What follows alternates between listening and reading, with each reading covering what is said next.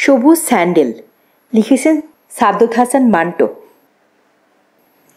তোমার সঙ্গে থাকা আর সম্ভব নয়, আমায় তালাক দিয়ে দাও। লাহল বিলা, কি বলো? মুখে কোনো লাগাম নেই তোমার? তোমার সবচেয়ে বড় সমস্যা এটা, বকবক শুরু করলে আর থামার ঠিক থাকে না। কি যে বলতে হয় কখন সেটাও ভুলে যাও তুমি। তোমার মাথা তো দারুণ ঠিক, তাই না? 24 ঘন্টা মদ খেয়ে পড়ে থাকো।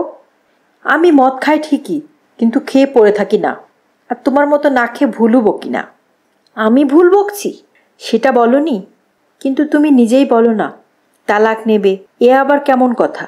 আমি তালাক চাই, ব্যাস। যে স্বামী নিজের স্ত্রীর বিন্দুমাত্র পরোয়া নেই, তার কাছ থেকে তালাক চাইব না তো কি চাইব? তালাক ছাড়া আর যা ইচ্ছা তাই চাও। সেই যা ইচ্ছা তাই? তুমি দাওটা কি আমায়? উফ, আবার একটা নতুন অভিযোগ। তোমার মতো সৌভাগ্য খুব কম মহিলারই আছে। চুলোই যা কমন সৌভাগ্য, চুলোই পাঠিয়ে কাজ নেই। আচ্ছা শোনো, আমি জানি না তুমি কেন এত রেগে আছো, কিন্তু সত্যি বলছি, আমি তোমায় ভীষণ ভালোবাসি। আল্লাহ আমায় এমন ভালোবাসা থেকে মুক্তি দিন। আচ্ছা, এসব কথা ছাড়ো। বাচ্চারা স্কুলে চলে গেছে। তোমার তো ওদের জন্য বিশাল মাথা ব্যথা। স্কুলেই যাক আর জাহান্নামেই যাক, তাতে তোমার কি? আমি তো দোয়া করছি ওরা যেন মরেই যায়। তোমার জীব একদিন দেখছি জ্বলন্ত চিমটে দিয়ে টেনে বার করতে হবে। লজ্জা করে না নিজের সন্তান সম্বন্ধে এই ধরনের কথা বলতে? শোনো, তোমার সঙ্গে এরকমভাবে কথা বলছি কারণ তোমার মুখের উপর বলে দিচ্ছি। তোমার মুখের যে ভাষা, তোমার তো লজ্জা হওয়া উচিত। নিজের বিবির দায়িত্ব নেওয়ার বদলে তার সঙ্গে এরকম অসভ্যভাবে কথা বলছো। এসব তোমার কুসঙ্গেরই ফল। আর তোমার মাথার কুচিন্তাগুলো, সেগুলো কি করে তুমি? আর কি কারণ হবে বলো? সেই আমিই সব কিছুর কারণ। যত দোষ সবই আমার। জানি না তোমার কি হয়েছে যে উল্টোপাল্টা বকেই যাচ্ছ। কি হয়েছে? আমার জীবনের দুর্ঘটনা তো তুমি। সারাক্ষণ আমার ঘাড়ের উপর বসে আমায় বিরক্ত করছো। আমি তোমায় আবার বলছি আমায় তালাক দিয়ে দাও, আর একবার বিয়ে করবে, এই তো?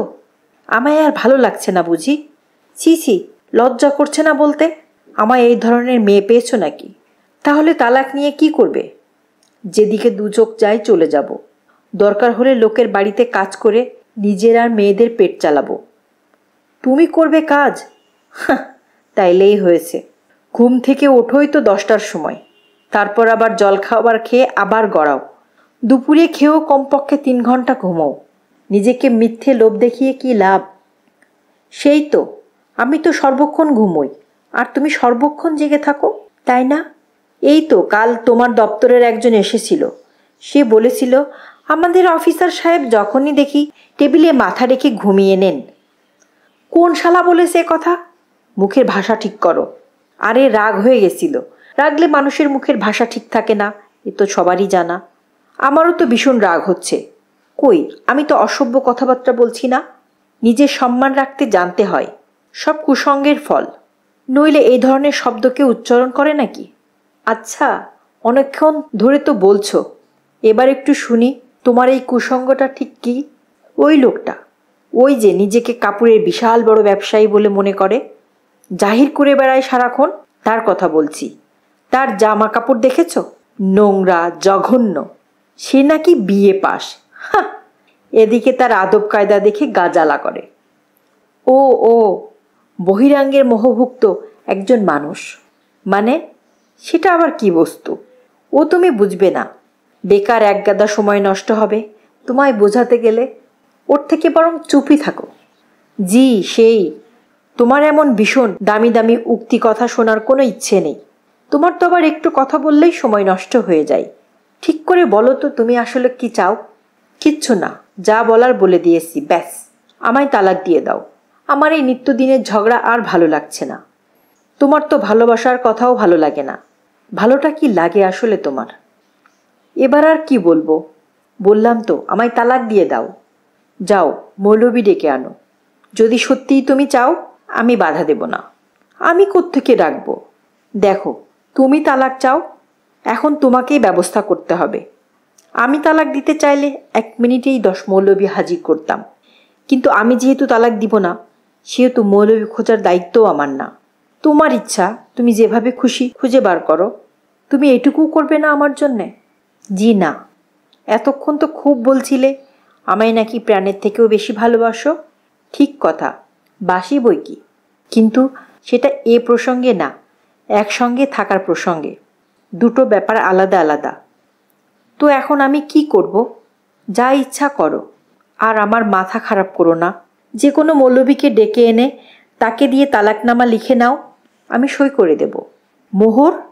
যেহেতু তুমি তালাক চাইছো, তাই মোহর দেওয়ার কোনো প্রশ্নই ওঠে না। বাহ, এ তো দারুণ কথা।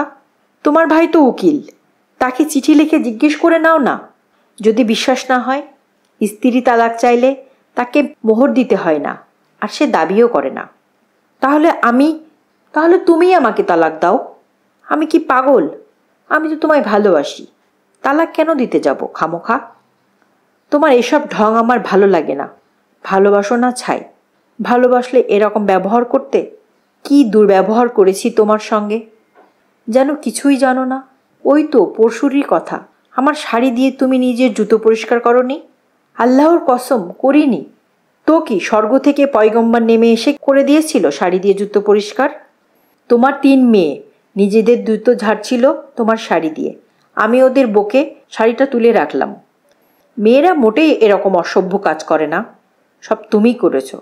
তুমি জানো না তারা খুবই অসভ্য। তুমি তাদের কোনো ভালো ব্যবহার শেখাওনি, সদ্ভাবও শেখাওনি। বিশ্বাস না হয় স্কুল থেকে ফিরলে জিজ্ঞেস করো। আমি ওদের কিচ্ছু জিজ্ঞেস করব না। তোমার যে কাজ তাই করো গিয়ে। মৌলবি ডেকে এনে দাও। তোমার কি হয়েছে আজ? আসল কারণটা জানলে তবে না কিছু একটা সমাধান করতে পারতাম। তুমি নিজেই তোমার নিজের সমাধান নিয়ে ভাবো। আমি আমারটা ভেবে ফেলেছি। তুমি আমায় তালাক দাও। যে স্বামী নিজের স্ত্রীর খেয়াল রাখে না, তার সঙ্গে থাকার চেয়ে না থাকাই ভালো। আমি তো সবসময় তোমাদের খেয়াল রাখি। তোমার মনে আছে কালকে ঈদ? হ্যাঁ, মনে থাকবে না কেন? কালকেই তো মেয়েদের জন্য নতুন জুতো আনলাম। ওদের ফ্রক কেনার জন্য তোমায় আগের সপ্তাহে 60 টাকা দিয়েছি। আমার 14 পুরুষ ধন্য হয়ে গেছে যে তুমি আমাকে 60 টাকা দিয়েছ। ধন্য হওয়ার কথা বলিনি। উফ, হয়েছেটা কি? হয়েছে এটাই যে 60 টাকাটা কম। 3 মেয়ের জন্য অর্গ্যান্ডির কাপড় কিনতে লেগেছে 40 টাকা। তারপর প্রত্যেক ফ্রকের জন্যে দর্জি মজুরি নিয়েছে 7 টাকা করে। এবার বলো, আমার আর বাচ্চাদের জন্য তুমি কি এমন বিশাল করে ফেলেছো? তুমি নিজের থেকে 1 টাকা দিয়েছ?